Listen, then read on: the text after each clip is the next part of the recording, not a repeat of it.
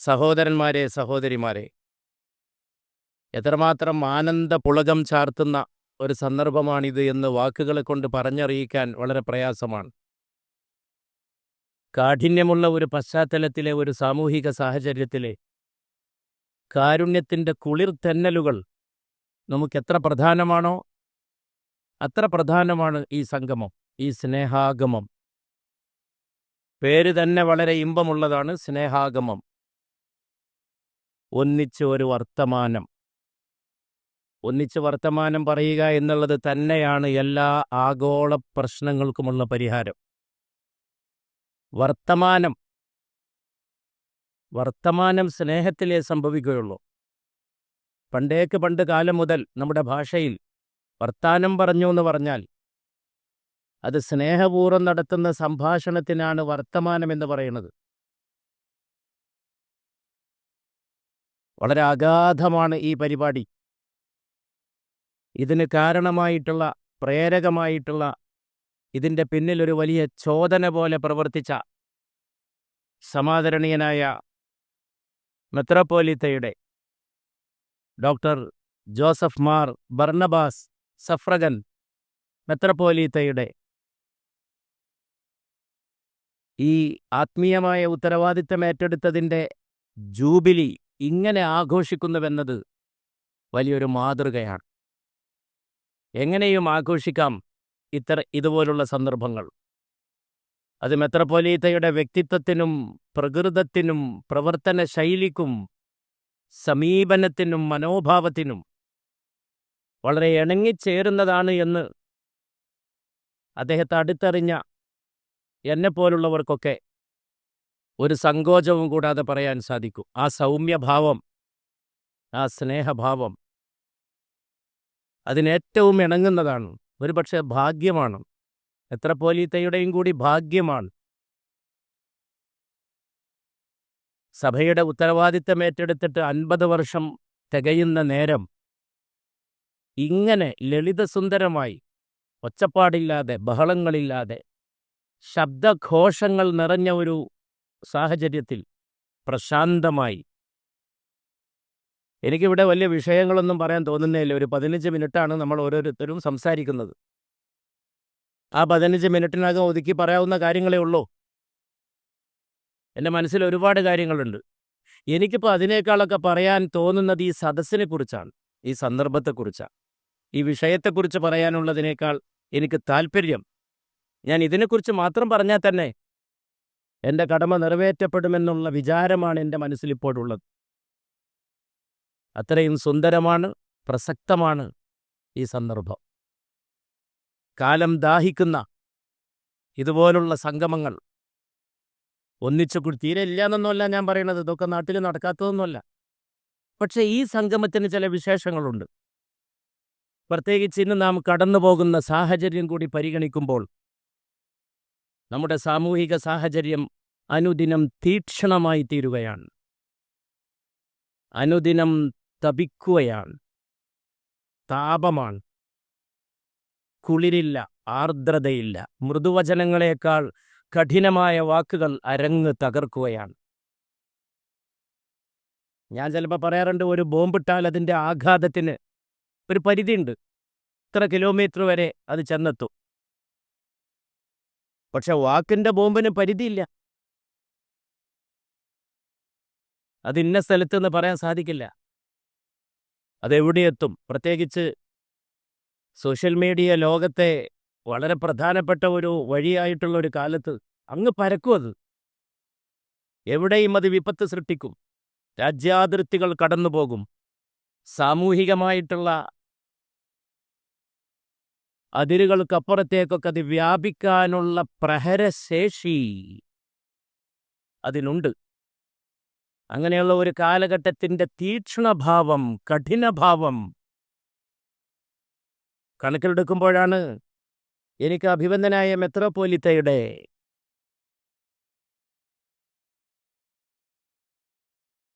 സഭയുടെ ഉത്തരവാദിത്തമേറ്റെടുത്ത ഈ 50-ാം വാർഷികത്തെ ഇങ്ങനെ ആഘോഷിക്കുന്നതിൻ്റെ അതിൻ്റെ ഭാഗമാകാൻ കഴിഞ്ഞതെൻ്റെ ഭാഗ്യമായിട്ട് ഞാൻ കണക്കാക്കും. ഇതിൻ്റെ ഭാഗമാകാൻ കഴിയുന്നത് സൗഭാഗ്യമായിട്ട് കണക്കാക്കും. ഇവിടെ വരുമ്പോൾ പാലിക്കേണ്ട മര്യാദകൾ പാലിക്കാൻ കഴിയുന്നുവോ എന്ന ഖേദം മാത്രമേ എനിക്കുള്ളൂ. വളരെ പ്രശസ്തമായിട്ടുള്ള ഒരു ഹിന്ദുസ്ഥാനി ഗസലിലെ വരികൾ എനിക്ക് ഓർമ്മ വരുന്നു. മേ ഖയാലോ ഖാബ് കി മെഹ്ഫിലെ ന ബഖദ്ർ സജാ സകാ തെരെ ഇക് നസർ കെ സാത്ത് ഹി മേരെ സബ് ഇറാദെ ബദൽ ഗയേ. ഇങ്ങോട്ട് വരുമ്പോൾ ഇവിടെ എല്ലാ ഉപചാരവും പാലിക്കണമെന്ന് എനിക്ക് തോന്നിയിരുന്നു. ഖയാലോ ഖാബ് കി മെഹ്ഫിലെ, എൻ്റെ സങ്കല്പ സ്വപ്നങ്ങളുടെ ഉപചാരങ്ങളെ മുഴുവൻ പാലിക്കണമെന്ന് നനച്ചുകൊണ്ടാണ് ഞാൻ ഇങ്ങോട്ട് വന്നത്. പക്ഷെ നിന്നെ കണ്ടതോടെ എൻ്റെ ഉപചാരങ്ങൾ പോലും ഞാൻ മറന്നുപോയി എന്നാണ് കവി പറയുന്നത്. ഞാനത് അല്പം തിരുത്തി പറയുന്നു. അങ്ങയെ കണ്ടതോടെ എൻ്റെ ഉപചാരങ്ങൾ ഞാൻ മറന്നുപോയി എന്നാണ് അഭിവന്ദനായ മെത്രാപ്പോലീത്തയുടെ സാന്നിധ്യത്തിൽ എനിക്ക് പറയാനുള്ളത്. 17 ഇടവകകളിൽ സേവനമനുഷ്ഠിച്ച് 33 വർഷത്തിനകം 8 ഭദ്രാസനങ്ങളുടെ നേതൃത്വം വഹിച്ച് നടത്തിയിട്ടുള്ള ആത്മീയമായിട്ടുള്ള സഞ്ചാരം അതിങ്ങനെ തന്നെയായിരുന്നു. അത് മറ്റുള്ളവരെ പരിഗണിച്ചുകൊണ്ടാണ്. അന്യനില്ലാതെയാണ് അത് നടത്തിയത്. അന്യനില്ല. ഇന്ന് നമ്മുടെ കാലത്ത് നടക്കുന്ന ഏറ്റവും വലിയ പണി അപരത്വ നിർമ്മിതിയാണ്. മതം ഉപദേശിച്ചത് അന്യനായിട്ട് ആരെയും കാണരുതെന്നാണ്. എല്ലാ മതങ്ങളിലും അതുണ്ട്. ഞാൻ മതങ്ങളുടെ ഒരു വിദ്യാർത്ഥിയാണ്. എല്ലാ മതങ്ങളും അത് കണ്ടിട്ടുണ്ട്. ആരെയും അപരനെ അങ്ങനെ അകറ്റി നിർത്തരുത്. അപരനെ അന്യനെ വെറുക്കരുത്, ചേർത്ത് പിടിക്കണം. അന്യനില്ല എന്നാണ്. അത് ഒരുപോലെ കാണാൻ സാധിക്കും. ഞാനോ ശിരസ്, നിങ്ങളോ അവയവങ്ങൾ എന്ന ക്രൈസ്തവ വചനത്തിൽ എന്ന പോലെ വസുധൈവ കുടുംബകം എന്ന ഭാരതീയ മന്ത്രത്തിൽ എന്ന പോലെ, ഔപനിഷദീയമായ ദർശനത്തിൽ എന്ന പോലെ ഞാനെന്ന ചുരുങ്ങിയ അവസ്ഥയിലേക്ക് ചുരുങ്ങാതെ വിശാലമായിട്ട് ലോകത്തെ കാണാൻ, മനുഷ്യരെ, നിങ്ങളൊരേ മാതാപിതാക്കളുടെ മക്കൾ, ഒരേ ആണിൽ നിന്നും ഒരേ പെണ്ണിൽ നിന്നും നിങ്ങൾ സൃഷ്ടിച്ചു എന്ന് പറയുന്ന ഖുർആന്റെ സൂക്തത്തിലെ വിശ്വമാനവികത പോലെ എല്ലാറ്റിലും അതുണ്ട്. അത് പാലിക്കപ്പെടാത്ത കുഴപ്പമായിരുന്നു മുമ്പ്. ഇന്നങ്ങനല്ല. ഇന്ന് അപരനെ ഉണ്ടാക്കുകയാണ്. തനിക്ക് പറ്റാത്തവനൊക്കെ അപരനാണ്. തൻ്റെ മതം വിശ്വസിക്കാത്തവൻ, തൻ്റെ വേഷവിധാനം ധരിക്കാത്തവൻ, തൻ്റെ ആഹാര രീതികൾ സ്വീകരിക്കാത്തവൻ, തൻ്റെ വഴിക്ക് നടക്കാത്തവൻ, തൻ്റെ അഭീഷ്ടങ്ങൾക്ക് വിധേയനാകാത്തവൻ, അന്യൻ, അപരൻ, അപരൻ, അപരൻ, ദി അതർ. ഇത് തന്നെയാണ് കുഴപ്പം. അതർനെസ്, ഈ അപരത്വം, ഈ അതറാണ് പ്രശ്നം. അത് ഈ പോക്ക് പോയ എവിടെ എത്തുമെന്ന് വളരെ ഗൗരവത്തോടു കൂടി നമ്മൾ ചിന്തിക്കേണ്ടതാണ്. വളരെ ഗൗരവത്തോടെ ആലോചിക്കേണ്ടതാണ്. ഇങ്ങനെ പോയാൽ എവിടെ എത്തും? അതുകൊണ്ട് ചില ഉണർത്തലുകൾ ആവശ്യമായിരിക്കുന്നു. ചില ചുട്ടുപൊള്ളുന്ന സത്യങ്ങൾ ഇതിൻ്റെ ഇടയിൽ മറന്നു പോകുന്നുണ്ട്. മനുഷ്യരൊന്നിച്ച് കഴിയണം, വാഴണം, ഒന്നിച്ച് പാർക്കണം. അങ്ങനെയാണ് ദൈവം വിധിച്ചിട്ടുള്ളത്. എല്ലാവരും ദൈവത്തിൽ വിശ്വസിക്കുന്നുണ്ട്. ഈ എളിയവൻ ചിലപ്പോൾ പറയാറുണ്ട്, ദൈവകൽപ്പിതമാണ് ഈ പ്രപഞ്ചത്തിൻ്റെ വൈവിധ്യം.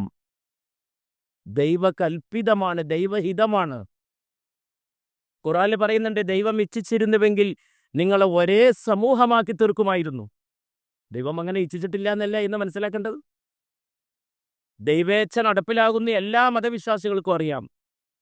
ദൈവേച്ഛ, ദൈവനിശ്ചയം, ദൈവനിർണയം, അതിന് മാറ്റില്ല. ദൈവം ഇച്ഛിച്ചിരുന്നുവെങ്കിൽ നിങ്ങളെ ഒരേ സമൂഹമാക്കി തീർക്കുമായിരുന്നു. അങ്ങനെയല്ല ദൈവം ഇച്ഛിച്ചത്. പല നിറങ്ങൾ, പല ഭാഷകൾ, പല സംസ്കാരങ്ങൾ, പല രീതിയിലുള്ള വ്യത്യാസങ്ങൾ, വിശ്വാസത്തിൽ, അനുഷ്ഠാനങ്ങളിൽ ഒക്കെ വ്യത്യാസം. ഈ വ്യത്യാസങ്ങളെ സഹിഷ്ണുതയോടെ കാണണമെന്ന് പറഞ്ഞാൽ പോരാ. ഇനിയുള്ള കാലത്ത് അതിനെ അംഗീകരിക്കണമെന്ന് പറഞ്ഞാൽ പോരാ. അതിനെ ആദരിക്കണമെന്നും പറഞ്ഞാൽ പോരാ. ഞാൻ പറയുന്നതിനെ ആഘോഷിക്കണം. വ്യത്യാസങ്ങൾ ആഘോഷിക്കുന്ന, വ്യത്യാസം അല്ലെങ്കിലും ആഘോഷിക്കേണ്ടതാണ്. ഈ വേദിയിലേക്ക് നോക്കിയാൽ ആദരണീയനായ മെത്രോപൊലീത്ത,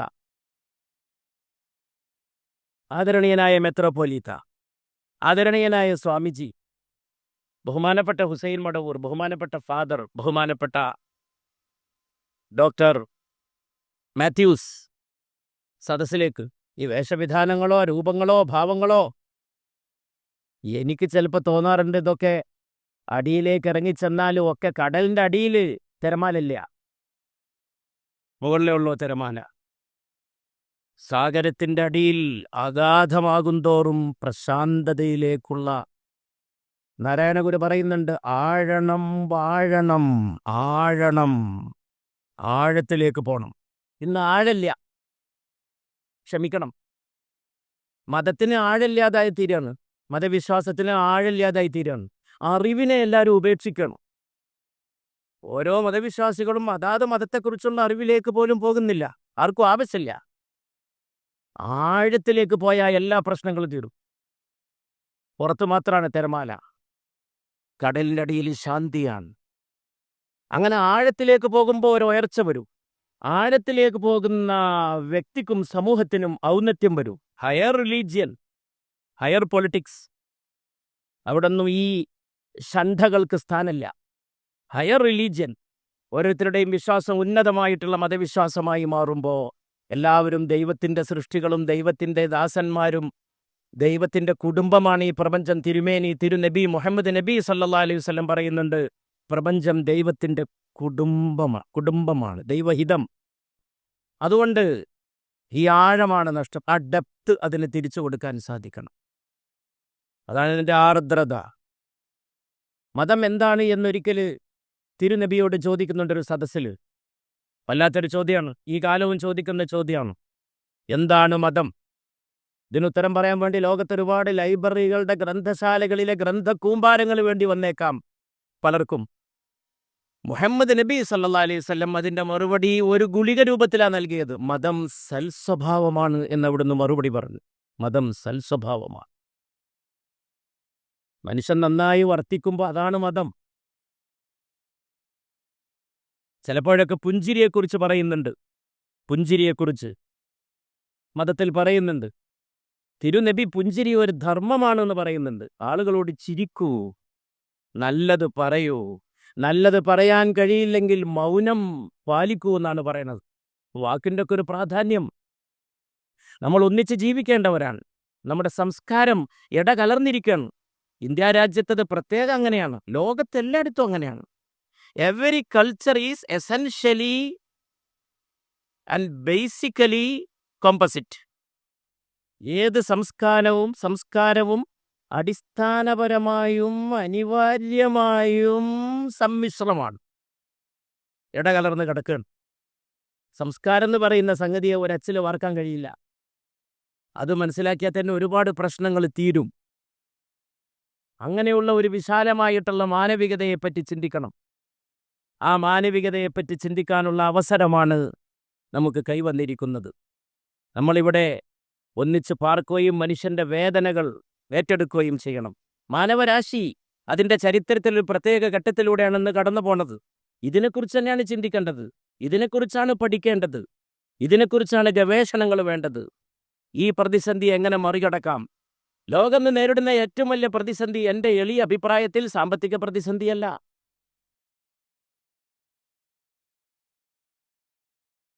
വേറെ ഏതെങ്കിലും രീതിയിലുള്ള പ്രതിസന്ധിയല്ല. മനുഷ്യൻ ഇന്ന് നേരിടുന്ന ഏറ്റവും വലിയ പ്രതിസന്ധി മാനവിക പ്രതിസന്ധിയാണ്, ഹ്യൂമൻ ക്രൈസിസാണ്. കുറച്ചുകൂടി സൂക്ഷ്മതലത്തിൽ പറഞ്ഞാൽ ഐഡന്റിറ്റി ക്രൈസിസുമാണ്. ഓരോരുത്തരും സ്വയം തിരിച്ചറിയാൻ കഴിയുന്നില്ല, തന്നെ തിരിച്ചറിയാൻ കഴിയുന്നില്ല. തൻ്റെ ഐഡന്റിറ്റി മനുഷ്യൻ എന്ന നിലയിൽ അത് മനസ്സിലാക്കി വർത്തിക്കാൻ കഴിയുന്ന ഒരു സാമൂഹിക സാഹചര്യം ഉണ്ടാവണം. ഒന്നിച്ചിരുന്ന് വർത്തമാനം പറയാൻ കഴിയുന്ന സാഹചര്യം ഉണ്ടാവണം. അതുണ്ടാക്കാൻ നമുക്ക് സാധിക്കുമാറാകട്ടെ. നമുക്ക് കൈകൾ കോർത്തു പിടിക്കാം, ഒന്നിച്ചു ചേരാം.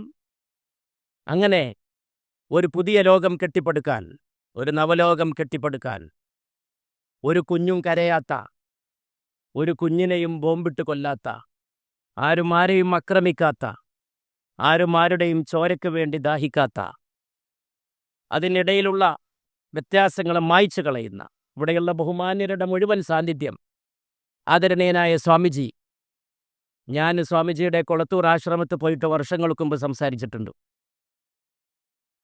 എനിക്കിവരൊക്കെ കാണാൻ കഴിഞ്ഞതിലുള്ള സന്തോഷം ഞാൻ ആവർത്തിച്ച് രേഖപ്പെടുത്തിക്കൊണ്ട് എൻ്റെ വാക്കുകൾ അവസാനിപ്പിക്കുകയാണ്. ആദരണീയനായിട്ടുള്ള മെത്രാപ്പോലീത്ത ഡോക്ടർ അപ്രയം അവറുകൾ, അവരുടെ സാന്നിധ്യത്തെ വിലമതിക്കുന്നു.